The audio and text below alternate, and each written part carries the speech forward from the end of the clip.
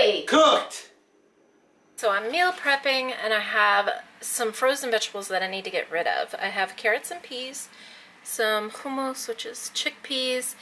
I have spinach, which is pretty old and freezer burnt, but we're going to go with it because I have rice in this pan underneath it here. And I've already washed the rice, so I need to just fill this up with hot water. This is my seasoning. I have about a fourth of a cup, pretty much, maybe a third of a cup of my seasoning mix that I made, and some pink Himalayan salt. So I'm going to fill this up with boiling water. Okay, so I'm going to leave the vegetables on top. I also have some beans. It was just left over. These are frozen beans, so they are like pre-cooked, but they need to be, you know, heated up and stuff. So just going to leave all this on top. I'm not going to stir it in, but I did stir in my seasoning. And I'm going to let it come to a rolling boil, and then I'm going to stir, and then I'm going to leave it alone. All right, you can see this is at a rolling boil right now. Ooh.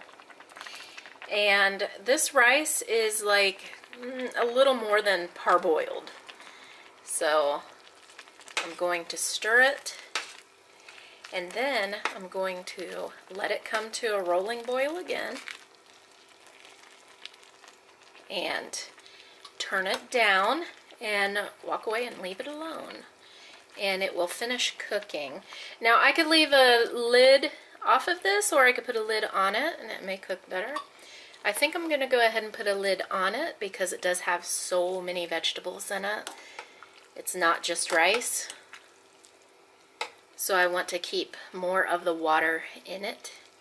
But yeah, this is going to be a very good and flavorful rice dish to pair with any type of main course meal.